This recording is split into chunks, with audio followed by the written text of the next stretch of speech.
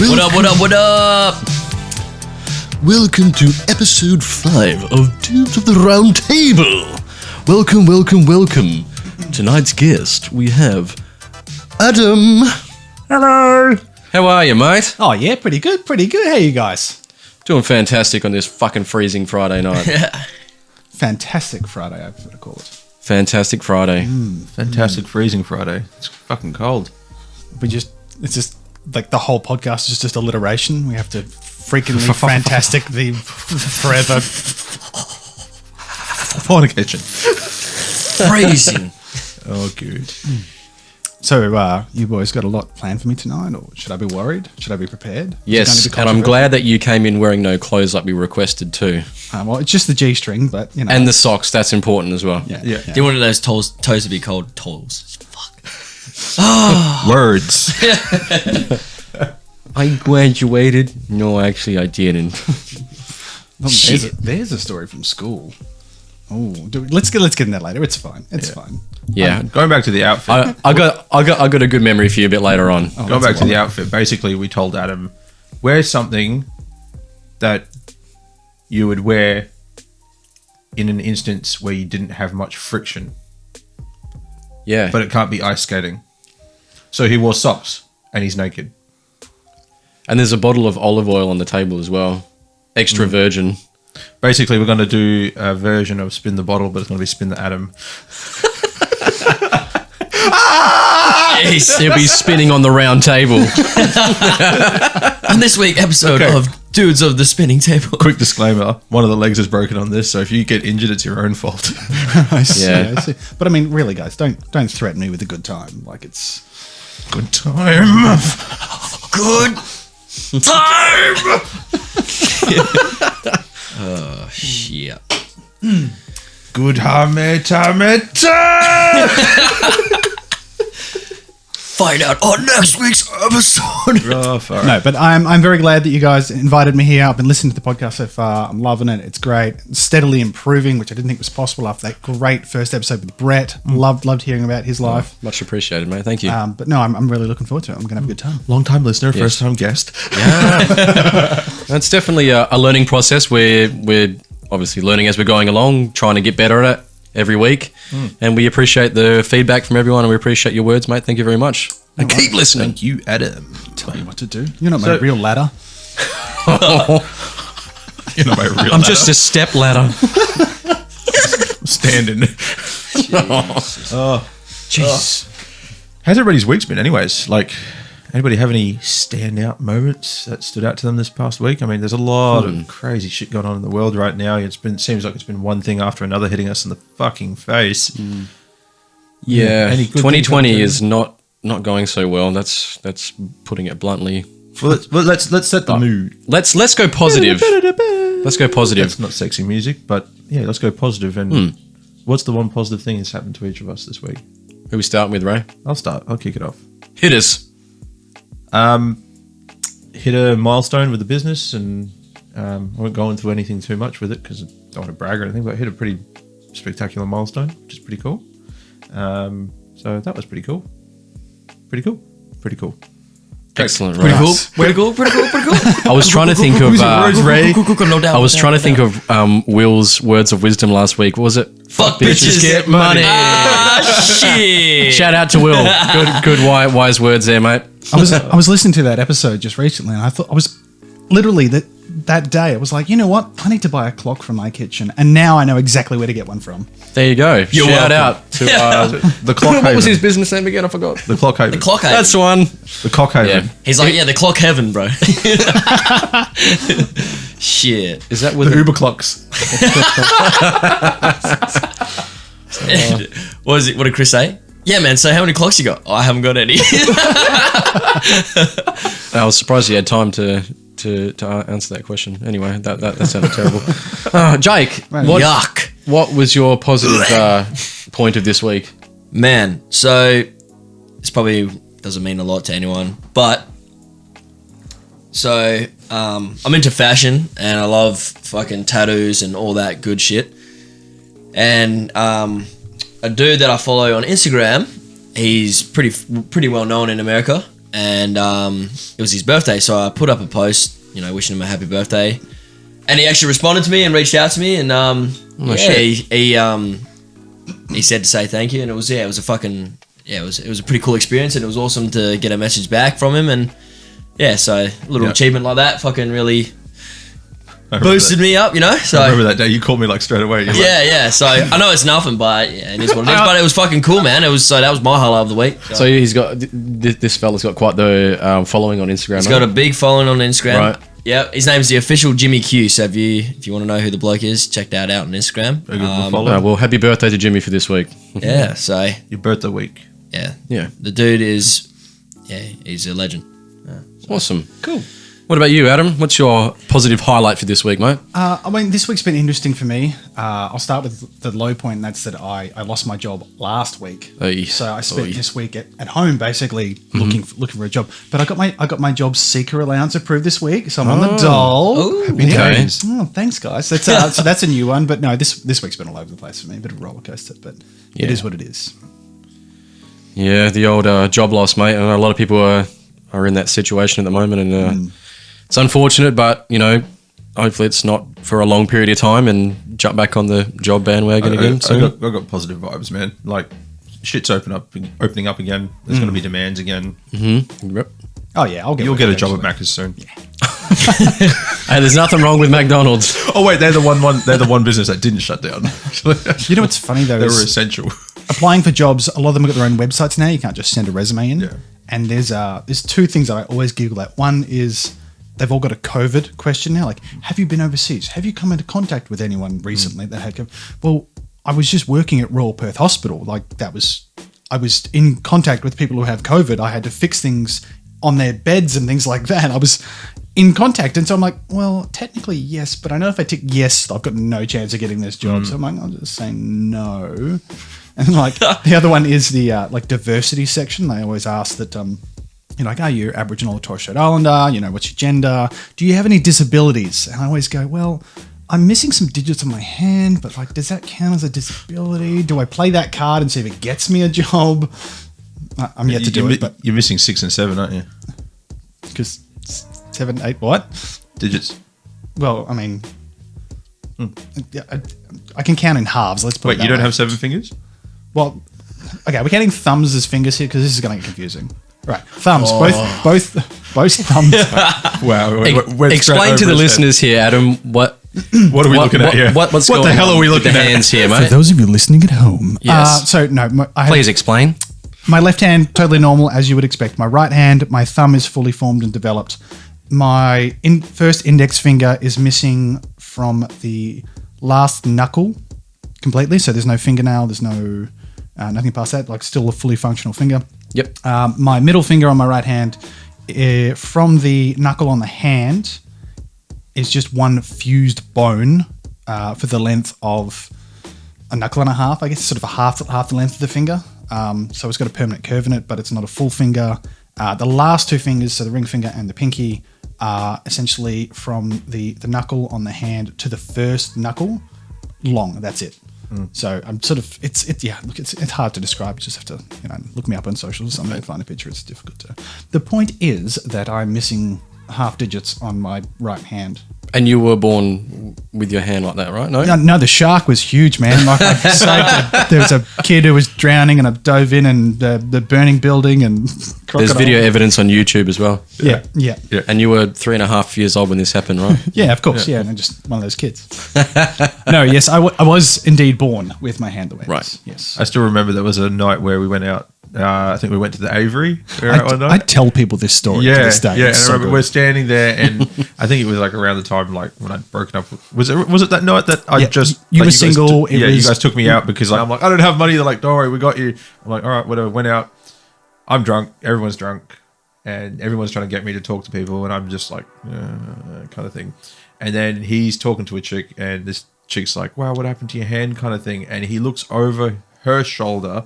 And there, so it happens to be that he's got his hand up, talking and showing his hand to this chick about what's happened and talking to her. And the guy sitting at the table behind her just makes eye contact with him and goes, no way, and raises his hand, and he's got the same thing. And then Adam just completely bypasses this chick and goes over, and they have a conversation for the rest of the night. The end. And that's how you make friends. Did we just become best friends? And they both had shark attack stories and everything like that. No, You should see the other guy. and that's it. Like He's missing half a face. His fingers are still in the face. This is my favorite thing. Some people get really sensitive around it, and I'm like, I was born with it. It's totally normal for me. I don't know any different. Maybe he's born with it. Jesus. People don't want to ask because they're worried about offending. And like, I do not care. My favorite thing in the world ever is when somebody I don't know asks one of my friends at a party or something, "Hey, how did Adam lose his fingers?" And that person goes, "Oh well, he he doesn't like to talk about it, but he did save a kid from a fire." A manta ray bit it off. Yeah, he was croc hunting Steve Irwin, and Steve bit him off. Chomp. Yeah. And that's it. Like it's so much fun for me. I've made so many stories over the years. It really is just a racket. And this is where you get the name, or the nickname, I should say, Fingaz. So if you guys read this in the description, it says Adam Fingaz Mortimer. That's the reason behind it. So, yeah. Oh, that's Yeah, man. Well, unlike these two blokes that know you very well, Adam, bro, give us a rundown about your life, man, other than the fingers. So yeah, it turns out I am more than a hand. Giant hand sitting in a chair. That's why We're he's actually just talking naked. to fingers. That's why he's Just the thumb and the finger. Two dots. just Palmer. Like glued the eyeballs that jiggle, like the one fell off. Yeah. Shit. Let's see about myself. Born and raised in Perth, not the city itself, but south of the river. 6108 represent. I'm the youngest of three boys. We're all over the place. So being the youngest, I was the favourite, naturally. Little baby. I'm looking at Ray, who is not the youngest, and he's agreeing with me. Went to Thornley Primary School, went to Thornley High School. Right. Didn't graduate. That's a fun story. hey, me neither. Whoop whoop. Ooh, yeah. Oh yeah, fist bump. Love it. I think you actually went to primary school with my wife, Amy, as well, didn't you? I even went to kindy before primary school with Amy. So you've we're known her 4 for years old. ever. Yeah. That's crazy. Yeah, 26 years. Jeez. Just a little while. Yeah. That's terrifying. You're like 48 now, aren't you? A lot of my friends, my friend circle at the moment are all under 25, and they never let me forget Why are you hanging out with kindergartners? that I'm like the granddad of I'll just go fuck myself then. What is that like? Jesus. What is that like? Look, it's cliche to say that, age is just a number and like it's all about maturity. But You keep fucking reminding me of my age, right? and that's it. I think they just love the opportunity to take the piss out of me about my age, but we all get along really well. And it is just, you pick and choose your friends. Like Yeah. they're good people. Oh, cool. Yeah, I like hanging out with my two uncles as well, man. It's good, eh? So yeah, high school, that was, I was misguided in high school in the sense that I didn't know what I wanted to do after high school. So it was more of a social thing for me. Left high school, got a job, worked that for a year before I went to TAFE, studied electronics, enjoyed electronics so much. One unit was AC fundamentals, which is sort of 240 volt stuff, electrical stuff. I thought, you know what, maybe I'll try an apprenticeship. 4-year apprenticeship, and look, nearly 11 years later, here I am as an electrician, unemployed. But no, I'm loving it. I love being a sparky. It's taken me to places that I never thought I'd go, and worked some really interesting, fun places. It's good. Outside of work, I've never been a person to sit still, in that I've usually got 2 or 3 hobbies on the go at any one time. So I've just signed up to play softball again this year with a buddy of ours, with Adam Slender, shout out. So I've played softball for like 17 years. Yeah, right. I've played just about every sport I can think of, from, played a season of AFL, played a season of cricket, played rugby through high school, mixed netball, indoor soccer, season of outdoor soccer. Everything. I've done a lot. Yeah, it's easy to say what I haven't done. I'm really shit at board sports. Can't skateboard. Yeah. Can't wakeboard. Can't surf. Yeah. So you're pretty active, bro. Yeah, you could say that. Yeah. You could say that. Yeah, yeah. Yeah. So at the moment, my passions, if you want to call them that, despite the COVID thing, obviously it's difficult to do much of anything. Passions at the moment, I'm an acrobatic gymnast. So we were pushing for nationals. All the competitions have been cancelled for this year, which sucks, but pushing for national gymnastics comps, which is going to be fun. So like I said, I just signed up for softball again, and just hitting the gym and stuff. Like it's good fun. I did not know that you did gymnastics until tonight, until Ray mentioned before you came in. So I was like, really? No way. I'm like, Oh, it's been a recent hobby for me. I've been doing it for just on 3 years now. And let me tell you, there is a big difference between people who do gymnastics from as a child under 10 through to, I'm 30 now. Like when you start gymnastics as a 27-year-old, it is completely different to learn and try and my flexibility isn't the same as those guys. You've always struggled imagine with that, being bro. quite exhausting. Like, Yeah, it's What made you get into it, bud?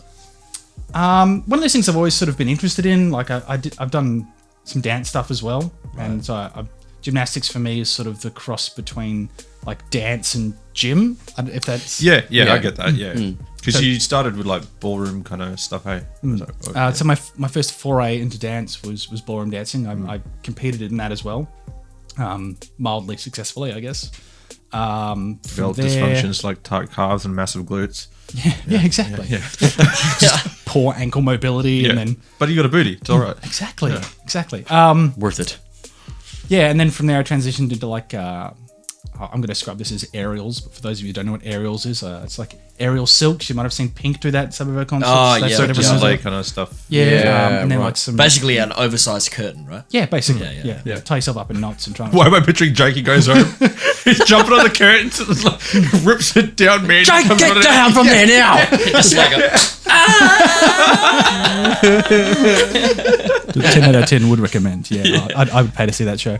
And some aerial hoop as well. Got into flying trapeze. That was a fun one. Give that a go. Wow. yeah, right. So whereabouts do you do the gymnastics, man? At the moment, I'm training at a club called West Coast Gymnastics. Right. They're a smaller club, but still a really good club. Great coaches. So I'm. Oh, pardon me. That's it. Peach coming back up. That's pizza. That's it. So I'm an acrobatic gymnast, which is there's lots of different types of gymnastics. Most people know the ones that are in the Olympics. Right. This is not one of those. There is international competitions for it, but it's just not an Olympic sport. Man, what I'd do to see you bounce around on the giant bouncy board and flip and shit like that. Acrobatic gymnastics there's 4 different types of something, 5 different types. So you've got your mixed pairs, so a guy and a girl, men's pairs, women's trios, and men's fours. So you get a team of 4 men, super rare. And you do generally 2 routines, one balance routine, one dynamic routine on the floor. And it's a lot of lifts, throws, flips, salts, a little bit of dancing in there, and it's good fun. Yeah, that's pretty badass, man. So you've been doing this for 3 years, correct? Acro gymnastics, I've only been doing for 2. I first stepped onto a gymnastics floor. I was actually dating a gymnast at the time, and she's like, "Oh, come along, it'll be fun." And I was like, "Oh, sure, I'll give that a go." Yeah. And she also introduced me to acro gym. Didn't get into it at the time though, because I started doing it with her, and then we split up, which is kind of awkward. Because anyway, Wait, is he still down there now or no? no. Oh, okay. We did have a similar thing. In fact, it was the flying trapeze. We each trained that together, and then like we split up, and then we just kept doing it together. It was super awkward, but I haven't been down there in ages. I don't even know if she's still there. She's a nice girl. I hope she's doing well. Yeah. Okay. Anyway, gymnastics. So I got into that. There's also an adult gymnastics class. Highly recommend. Like, even if you're not into gymnastics, it's great. It's good fun. Good for mobility, flexibility. At HBF Stadium. Yep. Tuesday, Wednesday, Thursday night, 7:15 to 9 o'clock. Would recommend. Great group of people. Great group of adults. Good for beginners through to like experts. Yeah. We used to get like ex-Olympian gymnasts come down and just casually warm up on the floor with round off double back into a flip into a whip and then triple back, and she go fuck out of here. So Sweet. I'm just gonna go fuck myself. here's me trying to cartwheel like I'm special, and they're just like yeah, good fun.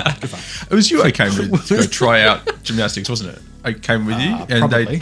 we'd done like roly polies all across the Yeah, ground, yeah. and then all I could do was actually just jump into the foam pit. Yeah. Yep. I could that, see that you, was like- pretty fun. I was very sore the next day. You can see like watching these professionals in the background, and you're just like, why doesn't mine look like that? That's exactly what it is. I think a big thing for me with most of my hobbies is, you look at something, you go, that seems really cool. I'm interested in that. It's me wanting to appreciate it more. And quite often the best way to learn something is by doing. And I looked at Bora and I thought, geez, I love going to these comps. It looks really cool, but I have no idea what I'm looking at. I don't know how it's judged. I don't understand. And it was like, well, get into it. Start dancing. And then you realize how hard it is and the better points to watch. And off you go. That's cool. I respect that. That's very cool, man. So that's a little bit about me. Yeah, that's awesome, man. Happy days.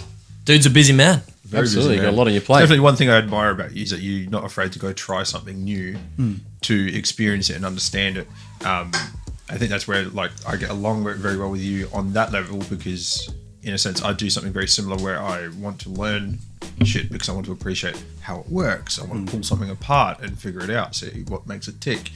And in a very similar sense, you're more about the activity side of things and working out why is that so special? What are they judged on? Why is it so hard? And then you actually put yourself in the deep end and do it, which is awesome. Props to you for that, man. Just going out there and giving it a good old go. And there's two reasons why I think. One is I just love learning, which sounds weird when you say it out loud, but you never want to stop and be stale and stuck in a dead end job doing nothing. I love learning new things, and that's expands your mind. And then one of my favorite things, especially when I was a bit younger, I was a really, to use the word toxic masculinity sort of guy. I regret a lot of who I was back then. So something I love doing since then is I love going into female-dominated sports. So dance is the guy-to-girl ratio is hugely in favor of the women. I love going into those sports and because the women look at you and they judge you so much more harshly and it's still good people and bad people. Oh, well done for giving it a go, but they look at you like you're never going to achieve anything and just destroy. Well done. yeah, you're participating. Well done, but He's a sticker. Aerials as an example, you go in there and women are typically more flexible than men anyway, but going in there and not even be able to get a halfway split on the floor, and then some women have an over split, and you're like, oh, but then I walk in and I've got upper body strength that they don't have, and it's just I love defying the society rules of society. Yeah. Right. Okay.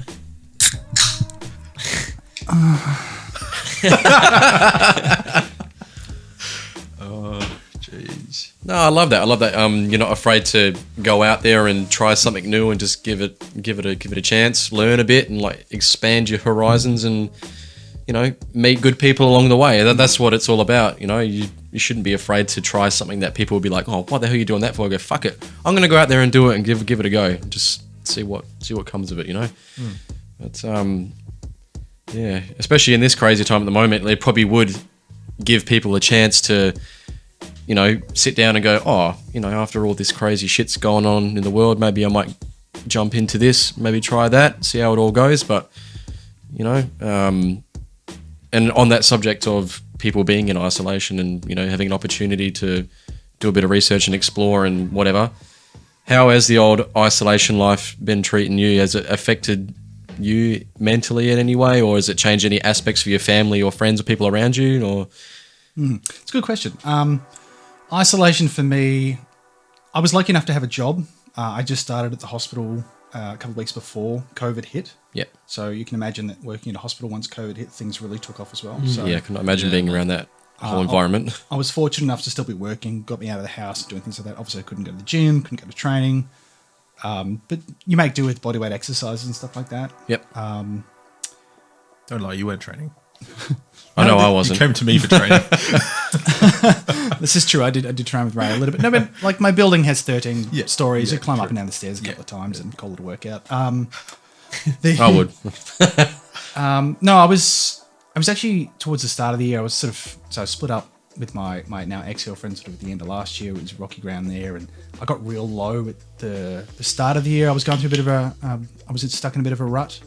And so I was just coming out of that as COVID hit, and so it sort of held me down a bit more. And mentally, bam. Mentally I struggled a little bit, but no, I think I've come out of it okay. It sucks for me at the moment that I'm unemployed now because the hospital's like, oh, no, we're pretty good for stuff now. Thanks, see you later. So it's unfortunate there's not a lot of work out there. I can empathise very deeply with people who are also unemployed. But other than that, isolation, all in all, pretty good. Couldn't see my family, obviously, especially working at the hospital, high risk. So just wasn't going to risk catching up with mum and dad and stuff like that. So play it safe sort of thing. But, no, it seems like you're keeping pretty positive, and that's excellent to hear, man. Like, loving it. It's good. Stay positive, everyone. It'll get better. We're all hopefully. getting through it. Yeah. We're all in this. So those in WA, we're obviously leading the way with things opening up, and from what I've spoken to with people that I know in other states as well, like they're kind of following suit as well. South Australia's pretty close behind us. Northern Territory wasn't too affected, but like those eastern states are starting to slowly get to that 20-person capacity now, and then next it will be if they deem fit, it'll be that 100-person capacity, and so on and so forth. So we're all gonna make it, bruh. As the wise words from Ziz. At least the gyms are open. It's been great to get back to the gym this back week. in the gym. The gym has been fantastic. Bro, my body is killing me. Yes, my body's aching like a is so motherfucker good. right now, but it's Maybe all I've worth missed it. you. Sorry, all I can think right now is like, help me, my tie's trying to kill me. Please don't hurt me. Tree powers activate.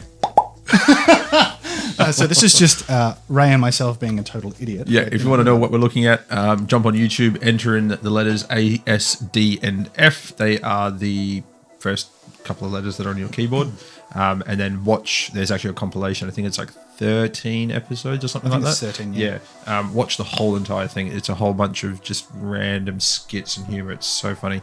I'll play it for you guys afterwards. It's so funny. Alright. But yeah. But yeah, man, look, you've got lots of many experiences, skills, things like that. Yes, lots of many. Lots of I will find you, and I will gymnastics you, and I will dance with you. But like you've done things like BJJ and stuff like that as well. So how, obviously because you've grown up with the hand as well, which is for you, I don't think is a disability because it's not like you've had full capacity with that hand. You've just grown up to learn absolutely. how to use It it. hasn't helped me But back has at it? Have you had to compensate in any sort of way with certain activities or anything day to day? Generally speaking, no, the hand doesn't hold me back at all. I do write with my right hand, but it's not so much as I've had to adapt and overcome as so much I just learnt with the hand. Having never lost them, I didn't have to relearn things. Yeah. I do play sport left-handed, which tends to mix people up a little bit, but I love it. It's great. The only spot I think it really holds me back is my grip strength in my right hand. Not having all of the digits really holds you back. So if I'm the knuckle area where it's fused, I'd imagine. Yeah. exactly. Yeah. So whether I'm doing a pull-up at the gym or whether I'm trying to climb a rope down in gymnastics, and then if I'm holding my acro partner in the air or something, sometimes it gets in the way. But generally speaking, it's not too much of a hindrance. There is some.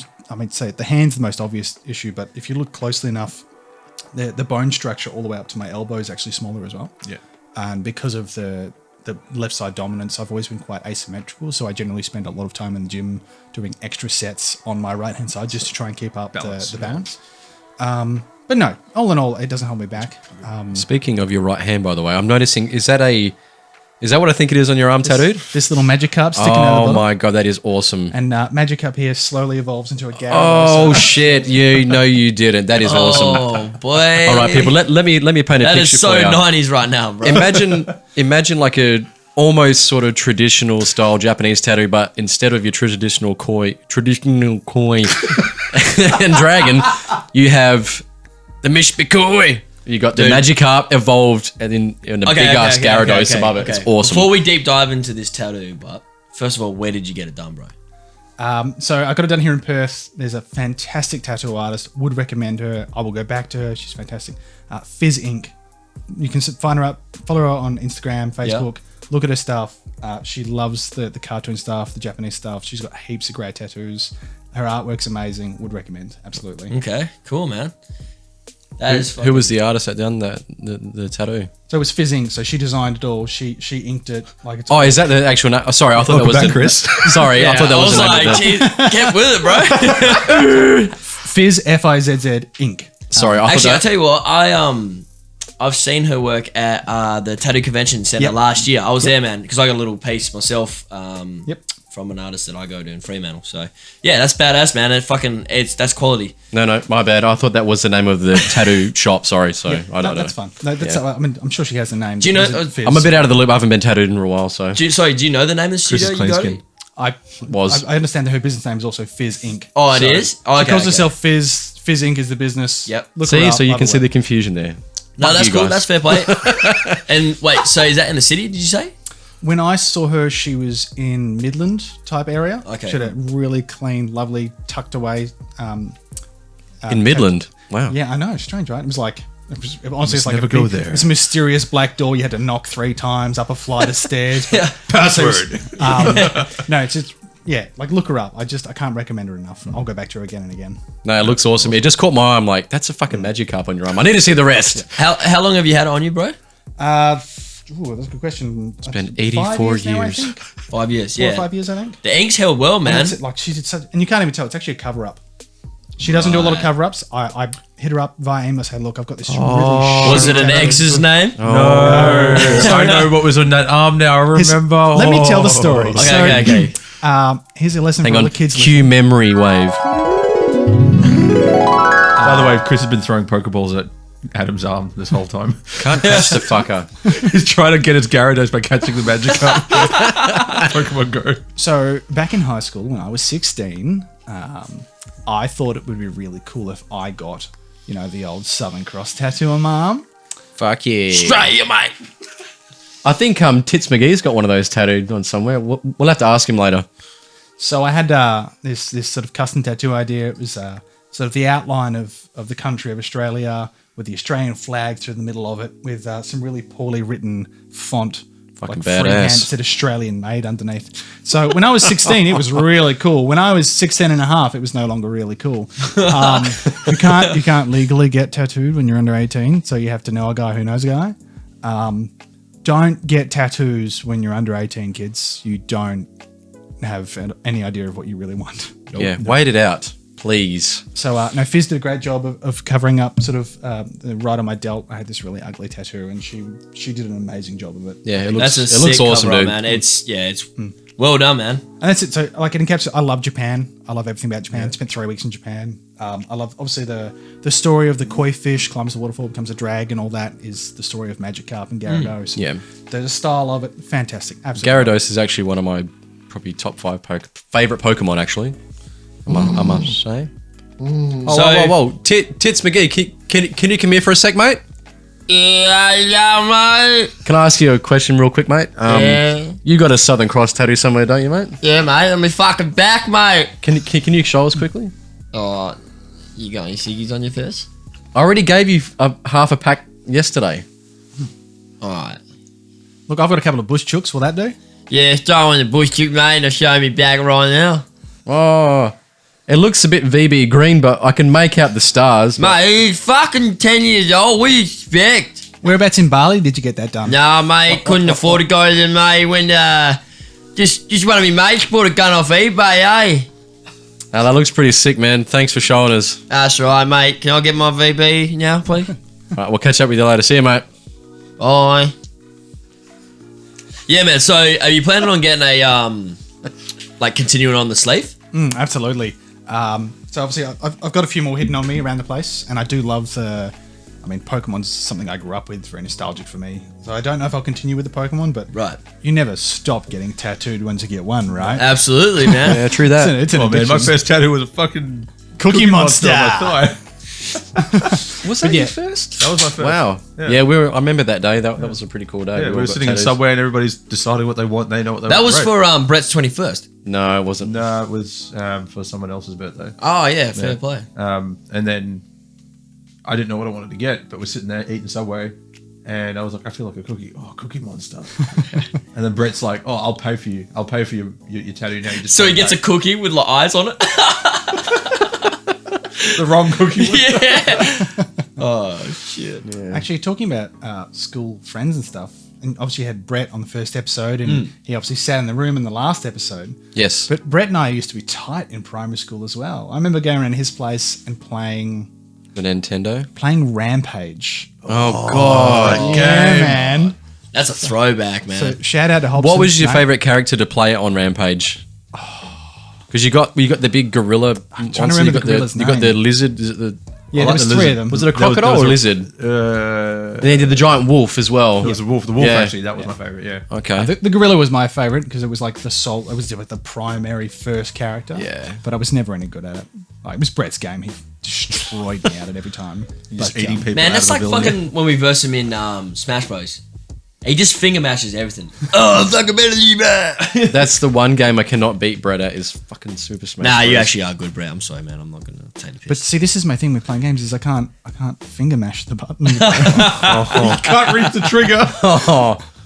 Yeah. It's actually one of my favorite jokes. Playing sports, whatever it is, it's like if I beat someone, I'd be like, "Oh, bro, are you okay? You just got beaten by a guy who has no fingers on one hand." Just rub it in. This is what happens when you play video games too much, kids. So you must hate the Nintendo 64 controller more than I do.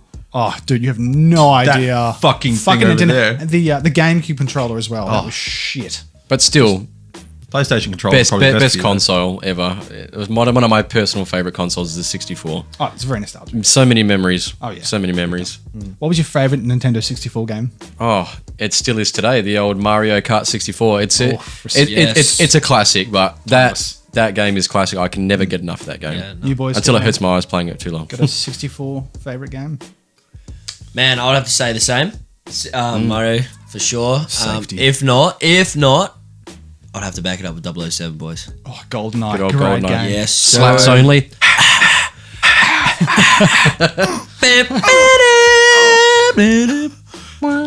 Well, I'm the only person in this room that never owned a Nintendo. Doesn't At mean all. you can't have a favorite game. Just say Pokemon Snap. That was a great game. I liked Crash Bandicoot. Yeah. Wow, that was loud. Yeah, wow. Crash Bandicoot was my first favorite. Okay, so I'm a Sony person. We by gathered. style. Yes. Crash Bandicoot, Crash Team Racing, and then I discovered the Holy Grail, Metal Gear Solid. Oof. Oh, Snake. Yeah, I love first-person shooters, which it's not even a first-person shooter because it's not. It's a third-person shooter, but it's a role-playing game essentially. But it's got that real cinematic storytelling kind of thing to it. Like 60% of the game is just like storyline and Sneaking under a box. yeah, running around like dunk, dunk. What was that noise? You know, I've only ever played. Mushroom. I never even played the game. Do you remember when the PlayStation magazines would come out and you get the demo disc? Yeah. Oh, yeah. Yeah. That's the only time I've ever played the Metal Gear Solid games was the first game, but just the demo taste. That's the only time I've ever played that game, unfortunately. The game is such a big game because that first game was actually 2 CDs. It was 2 discs. You had to play 2 discs. So you had to, Wow. halfway through it goes, insert disc 2. So you're like, oh fuck, do I open, like this is the first game I've ever done this. Like, do I turn it off and open it up or do I open it up while it's on? And like, then I figured, yeah, you open it up while it's on. It's got a function to do that. And I was like, oh, okay, cool. The demo of Metal Gear Solid, the demo's only like got enough space on it to fit like the first cinematic sequence and that's it. Yeah. Like there's no actual gameplay, it's just video. It's just entering his name in the menu, like. Yeah, that brings back some memories. The old the PlayStation demo discs. I remember there was one demo disc I received through one of those magazines. I don't even remember what the game was called, but it had this 3-dimensional Tyrannosaurus Rex. You must have read my mind. I was going to say, does anyone remember the manta ray and the was the manta ray and the Tyrannosaurus? T-Rex. You could like And you zoom just- in and move around. Yeah, and it was just it like walking on the spot. Yeah. You could spin it around. It was like the first 3D experience. Yeah. It was amazing. Mind-blowing technology at the time. Was that on Demo 1? The Demo 1 Must disc? have been, yeah. Fuck. What's a demo 1 disc? Is that the demo before any games are made for the console? Pretty much, Like, or as I think it was. That's all you do. I don't know. You rotate a dinosaur. Yeah, it was pretty groundbreaking at the time, Ray. So because you guys asked, my favorite Nintendo 64 game. Oh yeah, man. What's your it's gotta favorite be PS5 game? Fucking hell, Jake, you should have asked this. You rude fuck. Should have been Ocarina of Time. Oh, I spent so many hours playing that. and they've game. remade that, haven't they? They have indeed. They remade it for the Nintendo 3DS with the 3D function. Didn't use it. But no, it was still a really good game. And it's obviously with the Nintendo Switch out, everyone's crossing their fingers hoping that they remake more Zelda games for the Switch. Yes, Amy, by the way, she's balls deep in that new Zelda game. Well, it's not new now, but Breath of the Wild. Breath of the Wild. And for great what game. I've seen her playing there, I'm like, wow, this is incredible. Like, I've never played the Zelda games, and I'm kind of regretful. I regret saying that because I wish I did play it. Now, what everyone said from being a kid to now, there's nothing but incredible. So maybe I have to get off my ass and play one of them one time. So I would recommend, because the games You mean don't. get on your ass and play one of them? That would be weird if you were standing up the entire time. Yeah, it's just like, Don't I got no time to sit down.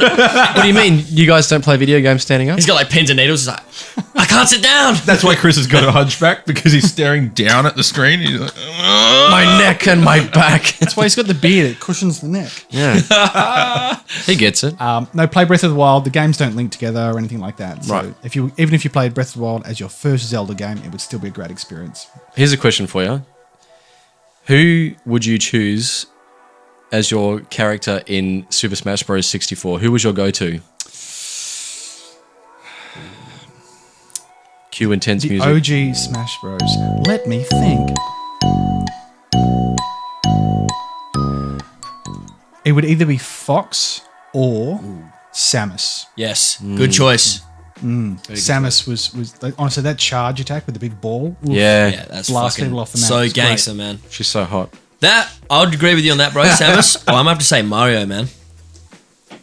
Absolutely, Mario was a solid character. Always is, always has been. And what about for the Switch?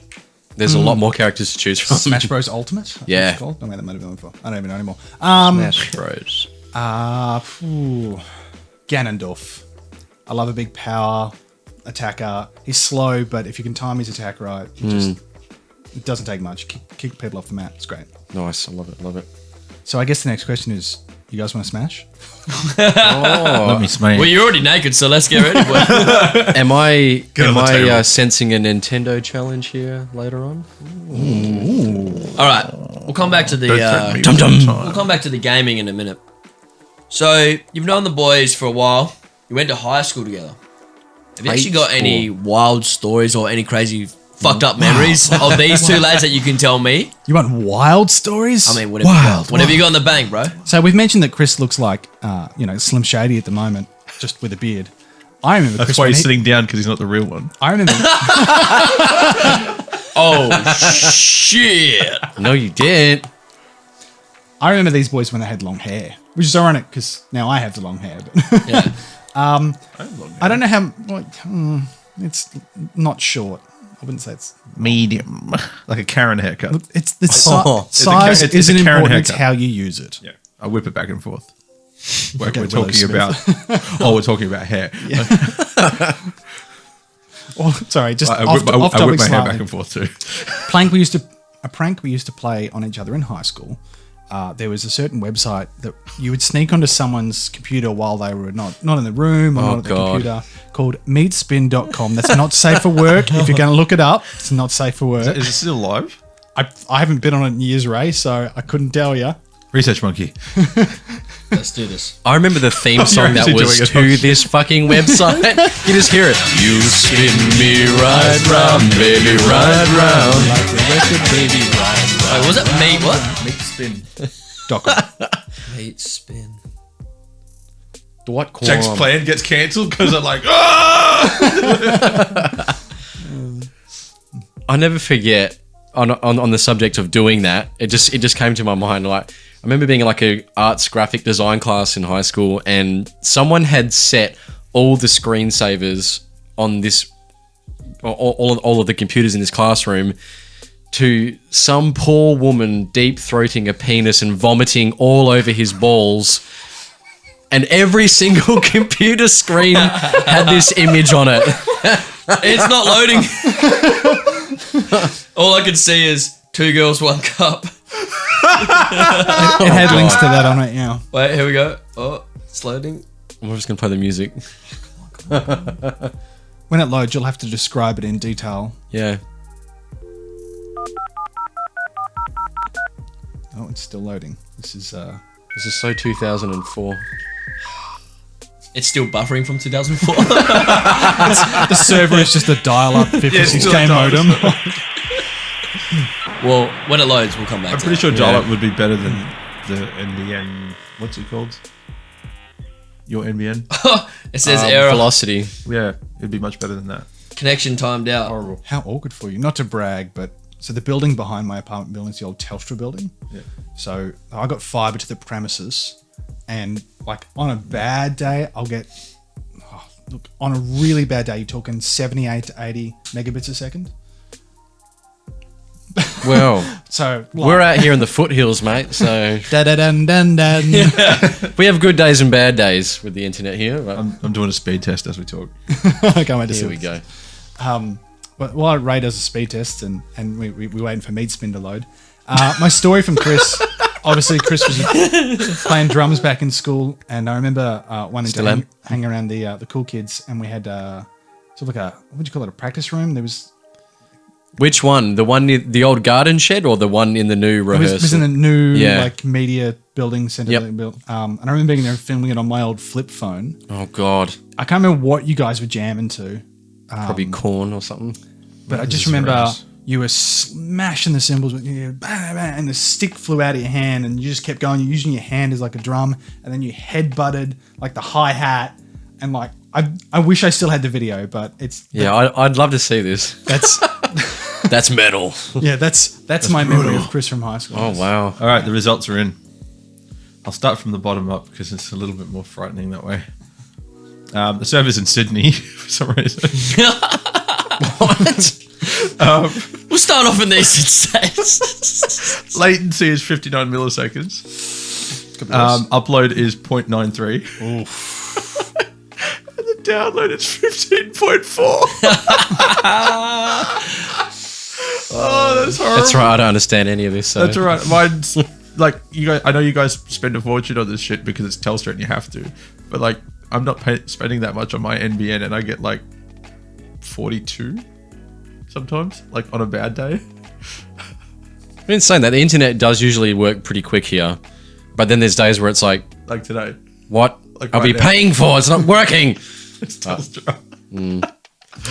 I love that we complain about it. We go back 10 years ago when we're all using like ADSL, and it was like it would rain and everyone's internet would slow down and shit like that. It's terrible. Why is the internet so slow? It's raining. Oh, Oh yeah, Right. But yeah, it is.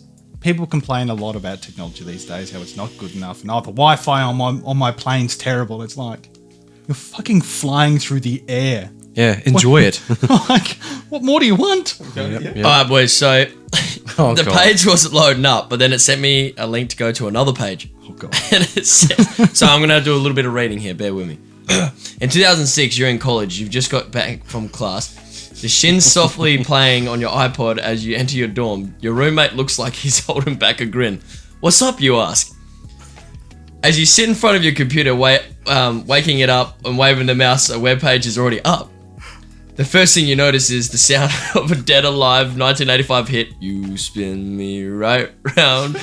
Anyways, the second thing you notice is a spinning penis making infinite circles with each pump of another penis, annually penetrating owner of the spinning one. The third thing you notice is a counter of slowly counting up with each subsequent... was that word again? Where am I looking? There. Subsequent. Subsequent. I don't know, I can't say that. Yeah, Ray, you take over, bro. Subsequent rotation. okay. I'll start from the top of the paragraph. The second Rewind. thing you notice is... let me start all over again. Or? No, stop on the top. That's how you got the top, dog boot. That's how you got, and that's where. I wish I could quote the movie the one. The second thing you notice is a spinning penis making infinite circles with each pump of another penis anally penetrating owner of the spinning one. The third thing you notice is a counter slowly counting up with each subsequent rotation. Your roommate explodes in laughter. You've just met meat spin. So in the layman's, you've got one dude, the bottom in this scenario, with his erect penis.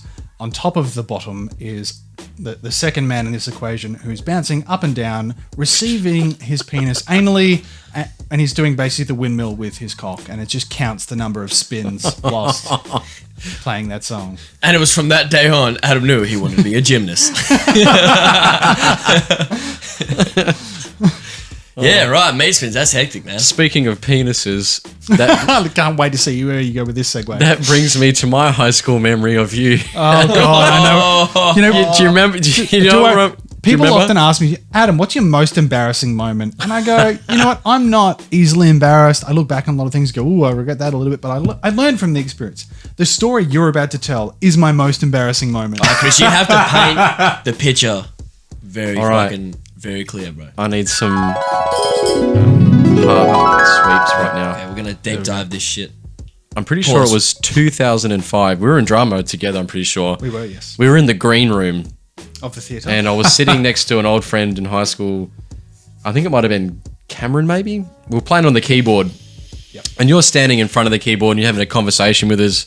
I don't know what we're talking about. And another old friend from school was sneaking up behind you, and he looked at me and he's like, shh. Anyway, he's sneaking up behind you and he's giving me the shush signal. I'm like, okay. So me and Cameron slightly look at each other without trying to give away any blah, blah, blah, you know, indication of what he's doing. And he gets closer and closer and closer. I'm like, oh God, I know where this is going. I know this is going. And you're completely oblivious at this point, still talking away. Next minute, he jumps behind you, grabs your pants and just dacks you. And we see everything. Underwear and all. Everything. So Around my you got the ankles. full double dack, bro. Yeah. And so you imagine this is a full class of drama students, not exactly dominated by men. Were you?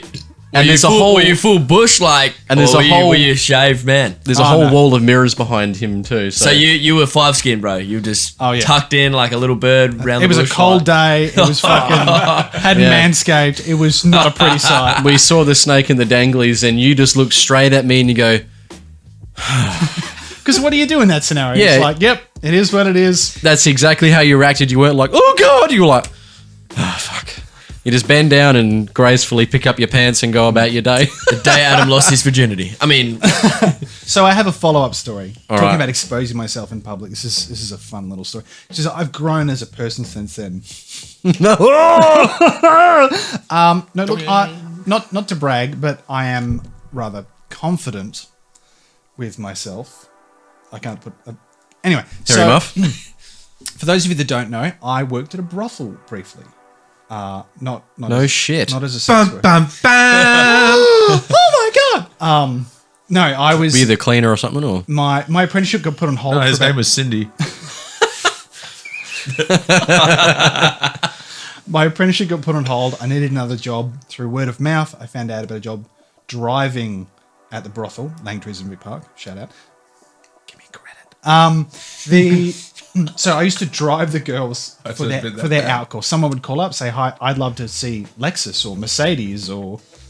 BMW.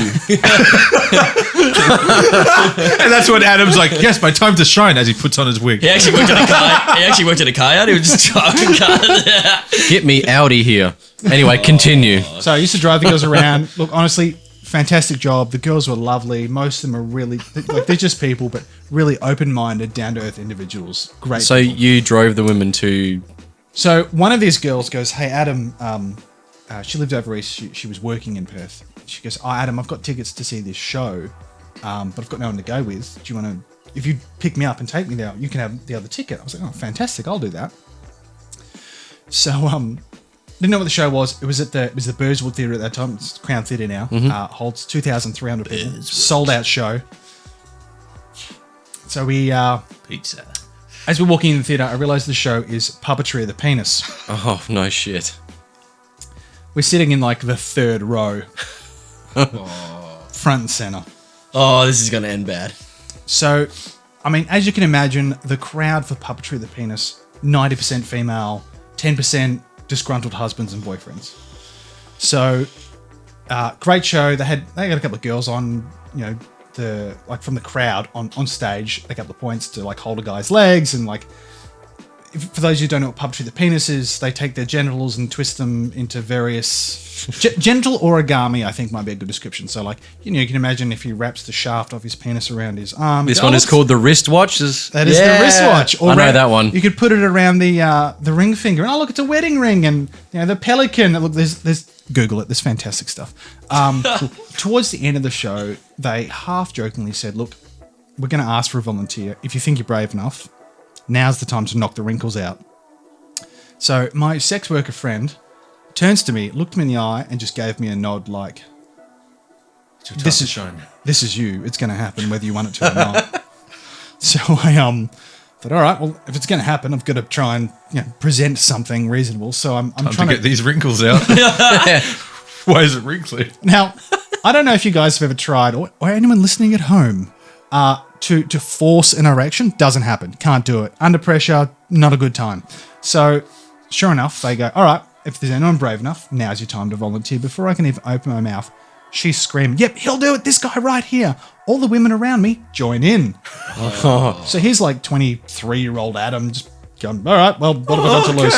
Hey, you guys. I get up on stage. The first thing that I saw, 2,300 people in the audience. And you're like, wow, that's something you don't see every day. The first thing you notice, because the stage is elevated from the first couple of rows, there's a cameraman sort of sitting in the first row, basically. He's like this, like Gotcha. And so everything on his camera is projected onto his screen that's back sort of on the back of the stage there, so that people right at the back can see exactly what's going on. So, all right, here we go. So I turn around and I've got these two naked dudes next to me. They go, all right, now's the time. You drop your pants. So I drop my pants. The crowd goes crazy. I'm like, well, this could be worse. And you go, all right, what we're going to do is the burger. And so what you do is you take your penis and you push it down the middle between your testicles. You fold the testicles and you twist it all 90 degrees. Looks like a hamburger. We'll just pause for everyone at home to try that now. And we're back. See, it looks like a hamburger, isn't it? Anyway, so I've got Fitzy was one of the Hairy hamburger. the dropped hamburger. Come on, Dropped and rolled under the counter. It just looks like a normal McDonald's burger. I was going to say we've all eaten McDonald's. So The McNut burger. So they say, all right, Adam, on 3, we're going to turn around.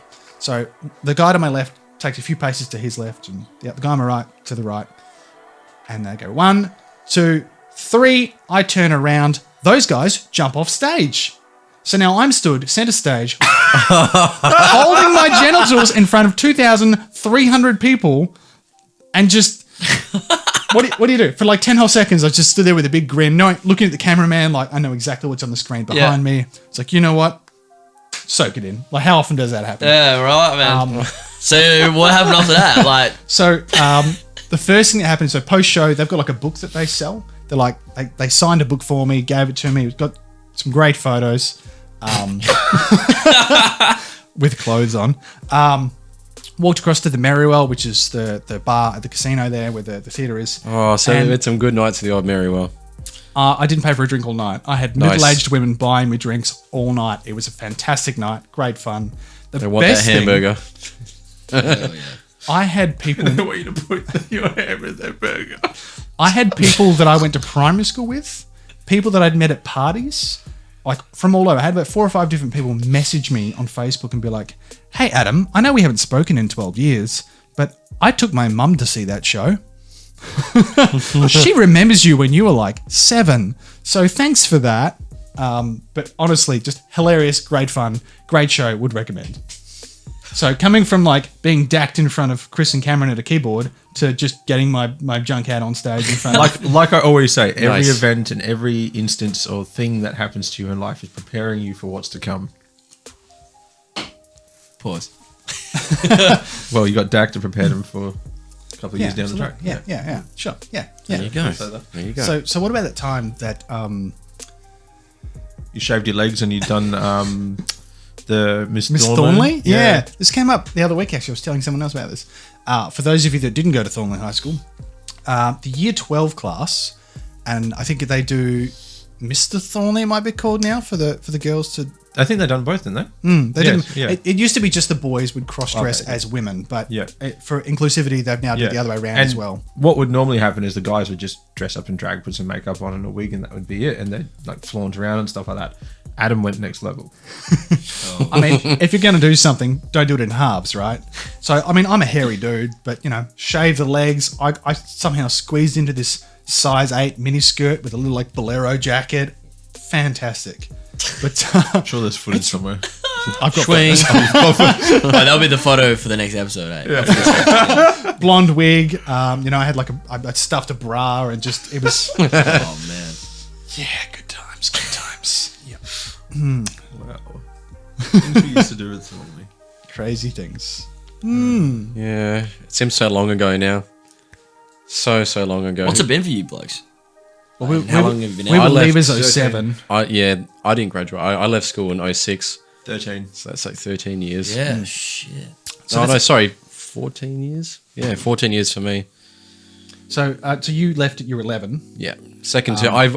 I remember my last day of high school. It was Battle of the Bands, and I held out for that. I'm like, I'm not leaving until I play Battle of the Bands. Not letting my band down. Yeah, we came third, so. I let my band down. I let the band. Damn it.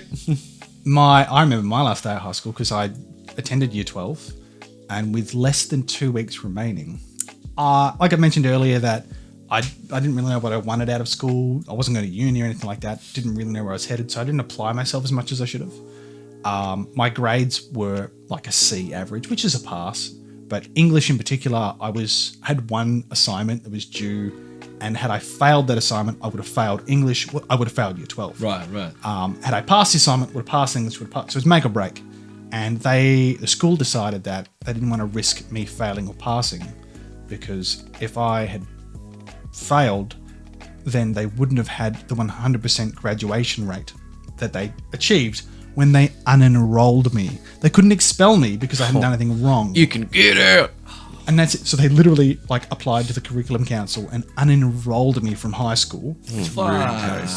So rigged. And then the graduation ceremony, I still attended and sat in the crowd and cheered everyone, all my friends that I just spent an entire year with, and they proudly got up there. No, we achieved 100% graduation this year, and it was like, it's a bit fucking. And you're in the crowd like, yes, raising what's left of my middle finger in my right hand. Yes. Oh man. and that's why you didn't get kicked out, because they just thought you were like, yeah. Yeah. You can sit and meat spin, cue music. Yeah, like fucks with the fucking computer, hell. hacks it when they're all graduating. It's just. Yeah, right, man. Look, I'm full of stories. I could talk all night, but That was man. But as you can see from the room that we're in, it's full of pop culture. Like, it's just been blasted everywhere in here. I know that you're quite into the old pop culture. The old pop culture. You're a bit of a movie buff as well. oh, popcorn. Popcorn. Yeah, Chris, I am getting a bit of a vibe, not just from this room, but your house in general, that you might be a fan of Star Wars. Oh, absolutely. Anyone who knows me knows that, yes. No, but it is nice. Like, I do appreciate Star Wars a lot. Obviously not as much as you, but that's fine. We all love Star Wars in our own way. So we spoke about my Pokemon tattoo earlier. My love of Japan. I do love all things Star Wars. When people ask me what my favourite film is, I often quote Jurassic Park as my favourite film. Oh, dude, yes, that's in my top 3. That's it. Like, I grew up loving dinosaurs, and then just I have a Jurassic Park tattoo. That's how much I love it. And that's- Jaws, and obviously Star Wars tattoos as well. so basically anything that John Williams did. Oh, dude. That man is a I love legend. listening to his soundtracks. I Right? can't help myself. But no, yeah, I'm a big nerd. I don't try and hide it too much. No, fuck the haters. Yeah, that's it. Like, you Hey, should be who you it's are. 2020. It's cool to be a nerd. If you don't think so, go fuck yourself. No. I'd say other than Star Wars, Jurassic Park, other big influences for me. I mean, Pokemon's a big one. There's chunky. Taste that one. There's another video game series big in Japan, Final Fantasy. Mm-hmm. So yes. I do have a Final Fantasy tattoo on the other arm. That's not your final tattoo, though, was it? No, it's just my fantasy one. But no, What on your knee mean? the one on my knee, actually, this is probably like my second one I ever got. So it's another Pokemon one. It's a little abstract for those of you at home. It's a tribal dragon, but the flame tail is indicative of a Charizard, in fact. So I did not notice that. It starts on my thigh, wraps around my knee, and it was extremely painful. You know what's funny? I've always known you've had that, and I've always looked at it. I just thought it was a tribal tattoo. I didn't think it was a dragon. And that's what I love about it. It's not so obviously like A dragon? nerdy. Yeah. It just looks kind of cool. Yeah, I dig it. I like it. Is that the knee you're also fucked up to? No, that's.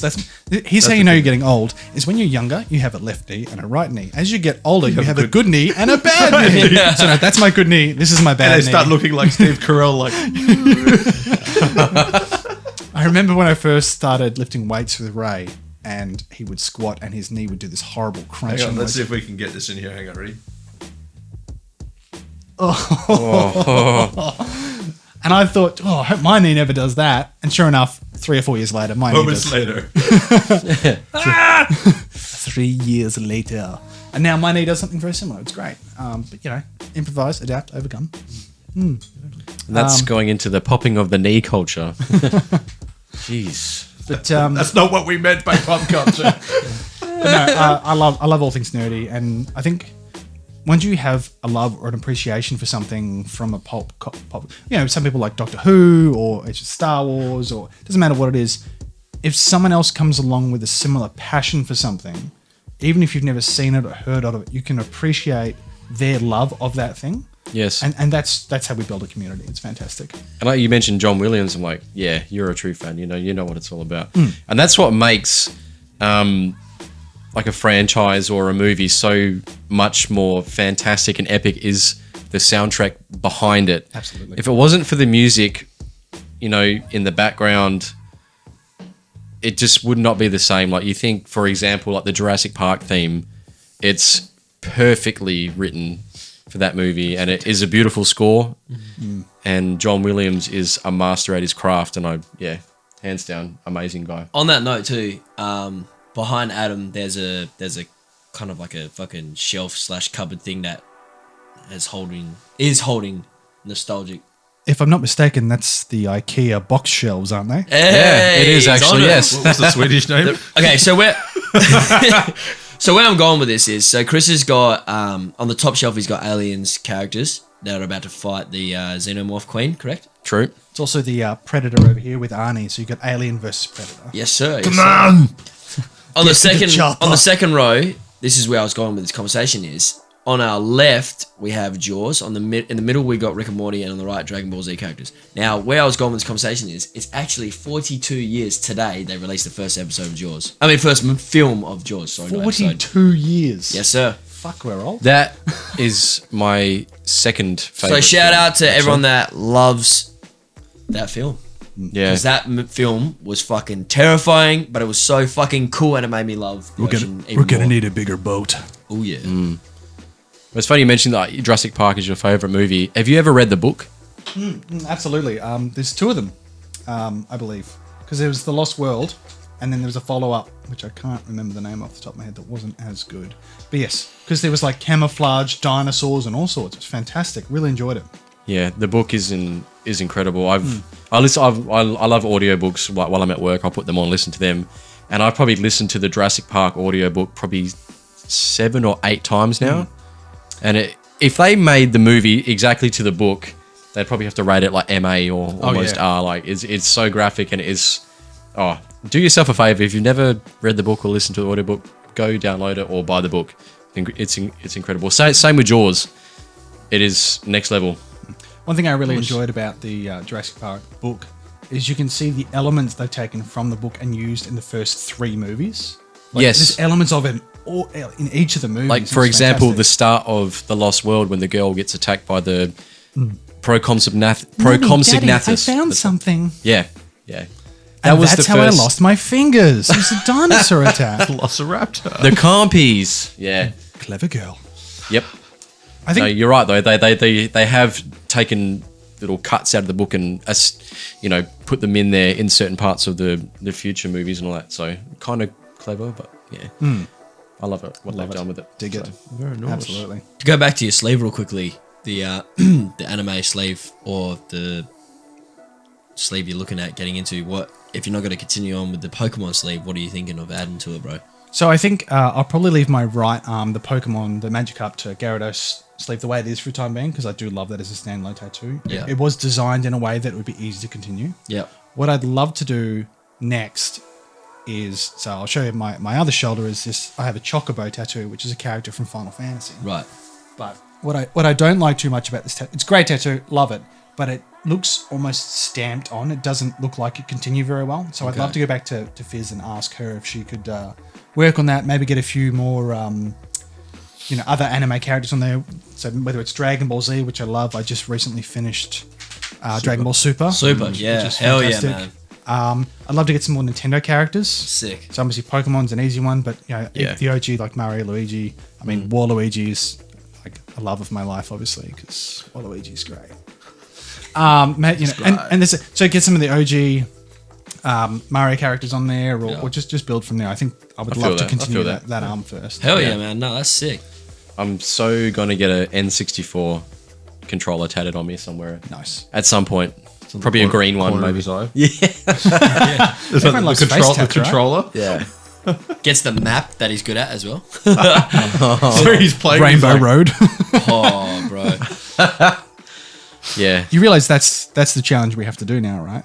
I know we talked about Smash, but have you guys ever played the Mario Kart drinking game? Yes. What? Well, that goes into the Mario or the N64 challenge. You pick the game and you pick the challenger as well. Ooh. So we can leave that up to you. Ooh. No, so you guys have already done Mario Kart, right? I think that was episode 1. That was episode 1, yeah. Okay. Well, I mean, I'd love to destroy you guys at that, but I think that would be another advantage. I think it's got to be Smash if we're going to play it. Okay. Yeah. And who do you choose as your opponent? Well, look, I wouldn't want it to be easy, so I'll just take whoever's best out of the three of you. Well, you know.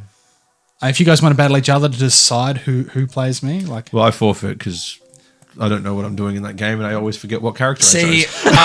as much as I fucking hate to admit it, Chris will beat me at Smash Bros. I thought you were going to be like, as much as I hate to admit it, I'll take you on that. See, I was thinking that, but I can't beat Chris at Smash Bros, unfortunately, but I'll smoke any of y'all at Mario Kart. Man, if I was the only player on the map on Smash Bros, I would still lose. You just kept falling off the map. Yeah.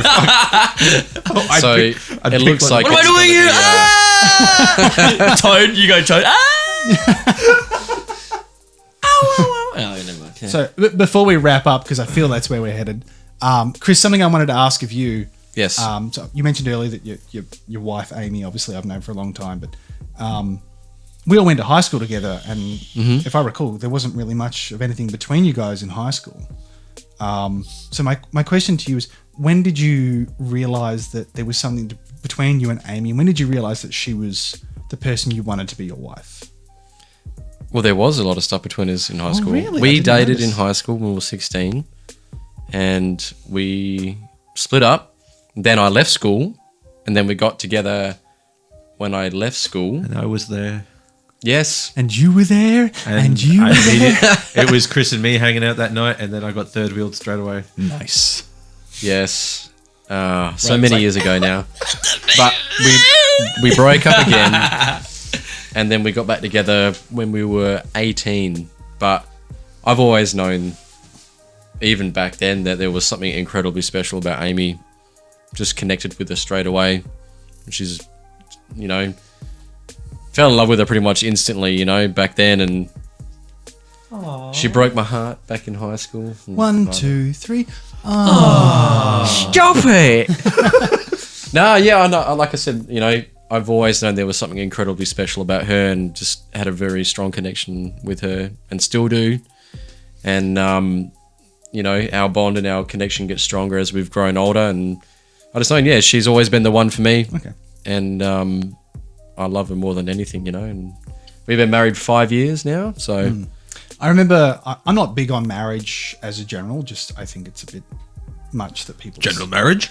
General marriage. General marriage? Look, if people want to go get married, by all means, if that's what you want to do, go and do it. Full power to fair you. enough. But I remember seeing pictures of your wedding on Facebook and thinking, if I was going to get married, that's the style of wedding I would love to have. Yeah, it wasn't huge. We didn't want to do a huge wedding, so we did like what they were called pop-up weddings, where they pumped out probably half a dozen of Press them a in a button day. and everything just pops up. Yeah, Like Quagmire's house and Family Guy. Just, but no, it was a rat. very very simple. but still meaningful. Absolutely. Yeah. Didn't cost you like 40 grand to No. have a party and then be in debt for the next 10 years because... No, it didn't cost. It cost a fraction of what like a big wedding would cost, And one of the best days of my life. And I remember just having the biggest smile on my face, especially seeing Amy walk down the aisle. I just could not. My face was hurting from smiling after that. You know what I mean? But all I can say to anyone that gets married, just enjoy it, because it goes so fucking quick. The wedding day, of course, I'm talking about.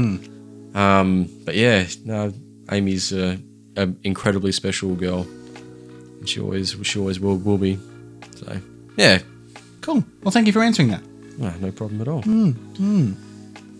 Well, Adam, man, it was a fucking absolute pleasure to meet you tonight, bro. Whoa, bro, we're skipping a part. What is Yeah. happening? How dare you, Jake? Jake, jumping the gun again. You always go early. Chris's crazy question. Oh, okay. We'll just cut this out then. No, it's all good. We'll see how we go. Chris, I believe you have a question for me. And that's I do have a question for you. I ask this to every guest that we have on Dudes of the Round Table. And he says that to every guest as well. Yes. I know, I've listened to every episode. I know exactly where this is going. Scripted. Yes. He's like, aliens aren't real. Fuck you, Chris. Not awkward. No, Chris is like, I ask this to every person. I just want to know their experience, and I'm respectful of whatever their answer is. But do you believe in aliens? And if your answer, the correct answer is yes. We're holding a sign like, just fucking nod and agree. What the Be here for 3 days if you don't. What the listeners need to know is that Chris is sitting on the couch right now with a UFO hotline t-shirt on. Yeah. Oh, It's one of my favorite shirts. I just fucking. And a gun in his hand. He's like, oops, I didn't mean to do that. Oh, I didn't realize I was wearing this shirt. So I digress. Chris, I believe you have a question for me. Yeah. Yes. Here we go. Fingaz, that was alien. AKA Adam. Have you ever had an experience of the paranormal realm? Have you seen anything that, falls in the category of seeing a spirit or something in the background that you could not explain, whether it's lights in the sky or possibly seeing a craft in the sky, anything along those lines? Have you ever had an experience like this? Let me preface this by saying that whilst I don't believe... Chris is like, wrong! It's abrupt to say I don't believe in aliens because the universe is so incredibly vast that to say that there's no chance of like I believe in the law of probability and the fact that the universe is incredibly vast. Absolutely. And there's just a number of planets out there that I would expect that there would be life out there somewhere. I just don't think that life is likely to be intelligent in the way that we perceive intelligence. Given that, human life, intelligent human life has only been around, the blink of an eye, considering the amount of time the Earth has been around. That is true. And that if there is other life out there, it's more likely to be microscopic, tiny, single cell sort of a vibe, as opposed to something that we could sit down and have a conversation with. Otherwise, they could be so far ahead of us in the evolution side of things that we would be the single cell organism to them and they wouldn't even pay attention to us. That being said, I did have an experience once when I was about 12, 13 maybe. I was in the Scouts and we were out in a dark field, and I remember looking up in the sky and there was these 3 lights, and they could have been like a plane landing at the airport from really far away, sort of a type of light, except we were nowhere near an airport. And there was just 3 of them at sort of a decent distance apart. Were they planes? You would think that they would have moved from that one location. Sorry, I'm laughing because it's like, you're like, oh, that looks like an airplane, but we're nowhere near an airport. This airplane's coming like directly at you to land, and you're like, ah! They're on the runway, like That's weird. They're not near an airport, they're on the airport. yeah. Now, I acknowledge that planes can obviously fly, and we don't need to be in an airport to see a plane, but it's just the fact that these 3 extremely bright lights, they stood out, they were abnormal to me, and I never have reached a decent explanation of what they could have been.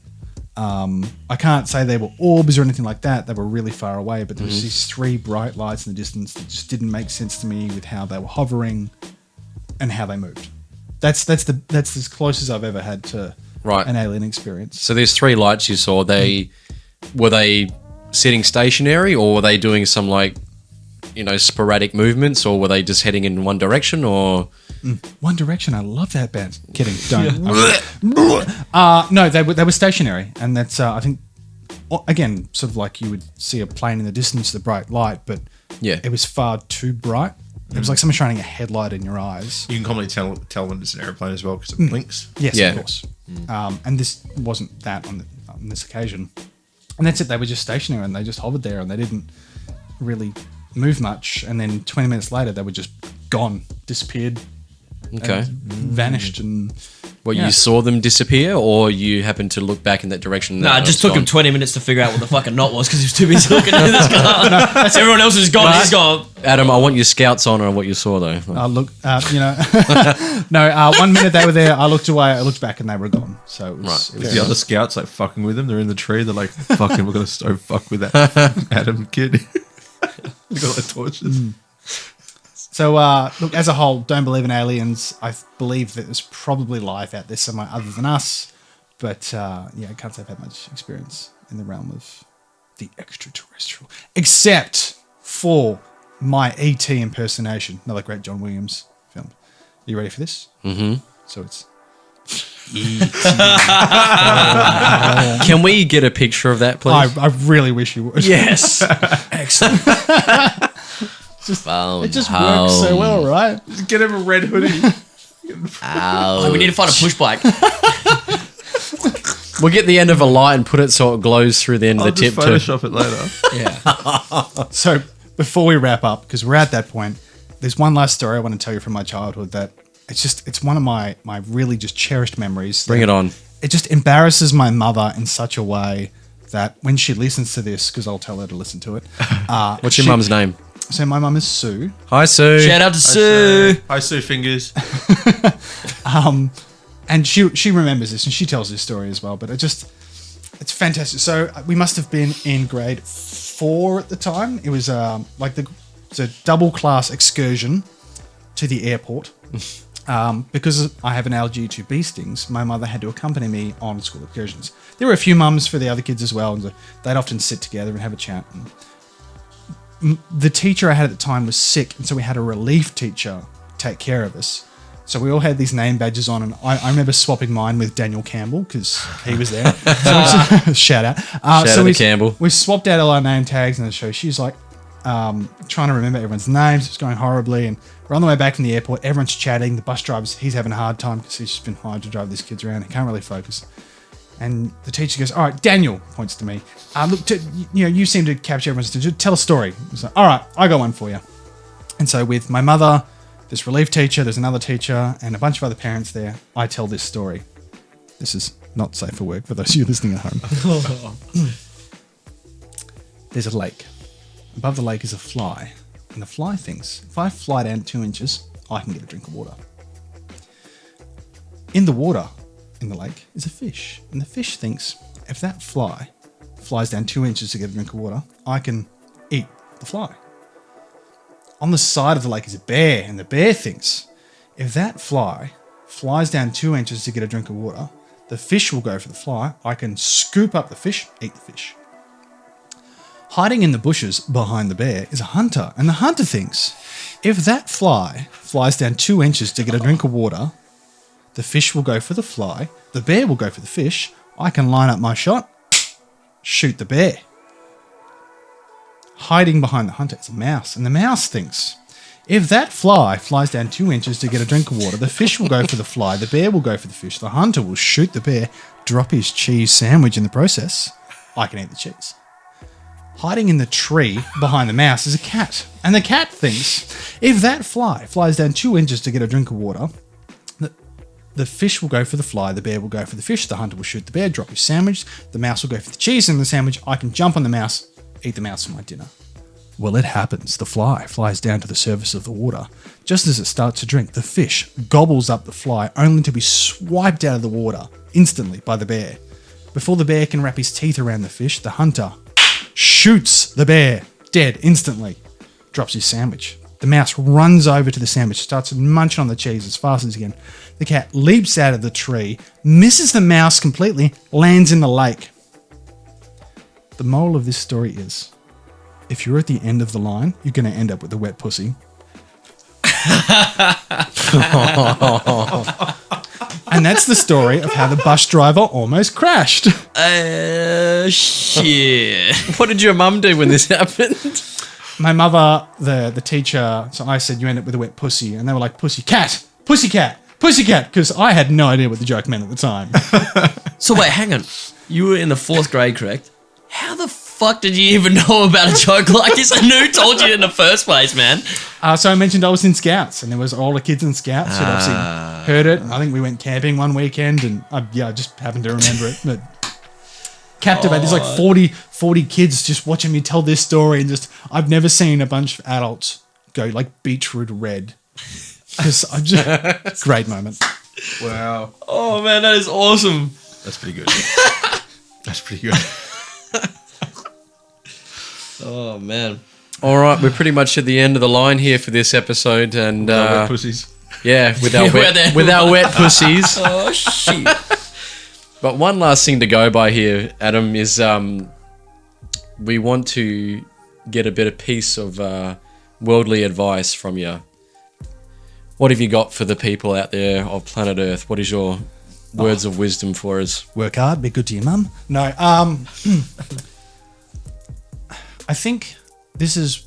I'm not religious, and respect to you if you want to be religious, but in my opinion, the Bible is a really big book and a lot of words, and it's a really complicated way of saying don't be a cunt.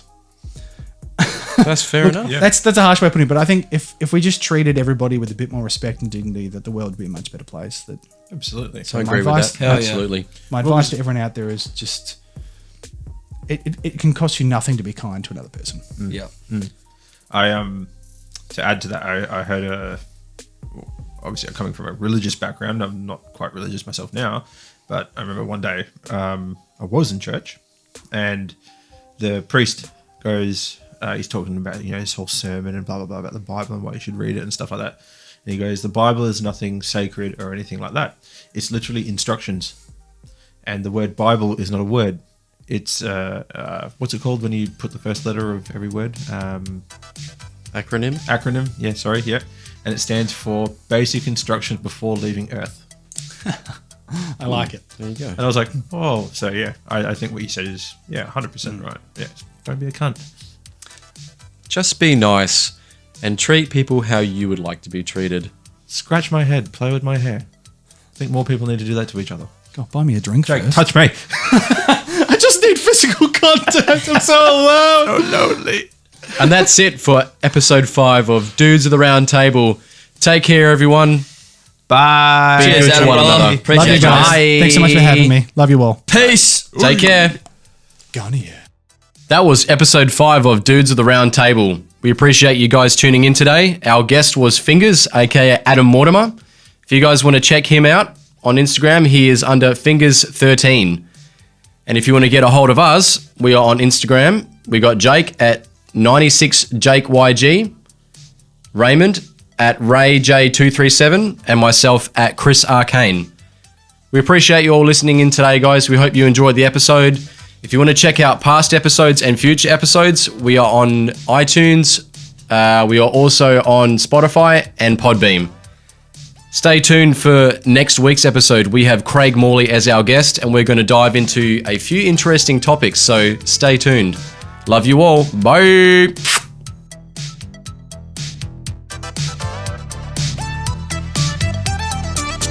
Fuck bitches, get money.